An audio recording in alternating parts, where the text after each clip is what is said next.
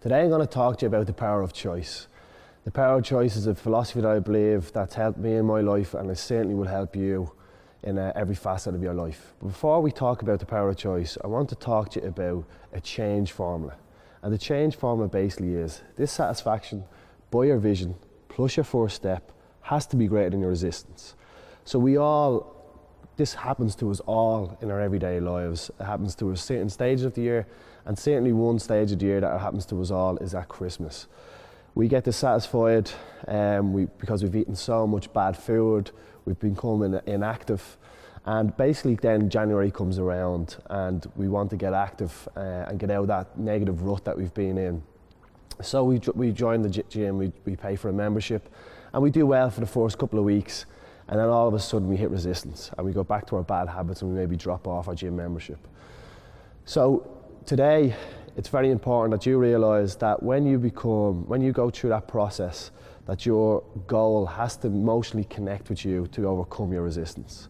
So you're dissatisfied, you want to look a certain way, or you want to achieve some sort of a fitness goal. You take the first step, and then once you hit resistance, maybe that's going and eating bad food, you say, no, I'm not doing it. I'm connected to my goal emotionally, and I'm going to overcome that resistance, and that all becomes results. So the reason why I'm saying that is, ultimately, the power of choice can be used in all facets of your life. If that's just to become healthy, this is what happens when you go through this process of change. And from a very young age, we've built up this negative subconscious mind, and 96% of your thoughts are subconscious, okay? And they're going to be negative.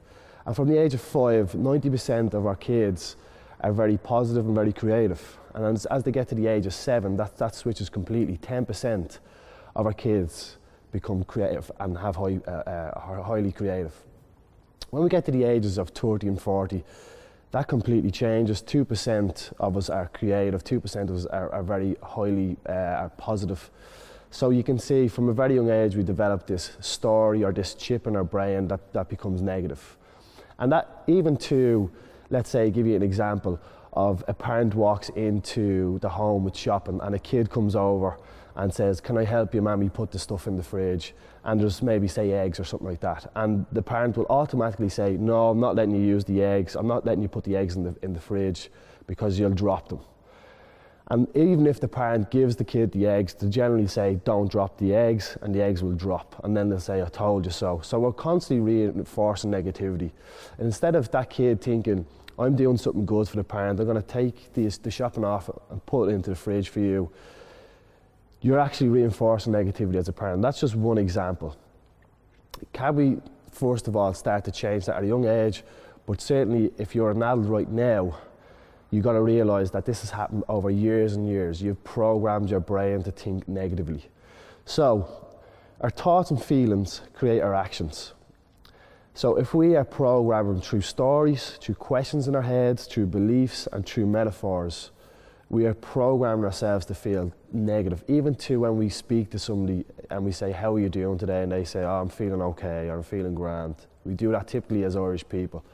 But we need to start reinforcing the positivity by changing that thought, by saying, oh, I feel brilliant today, I feel good, I feel excellent. And if we do that, we're changing the narrative in our story. We're becoming more positive people. And ultimately, if you want to get fitter, if you want to get healthier, that's where it starts. It starts with the power of choice. Every morning you get out of bed, you should be putting your feet in the ground and you're saying, how do I feel?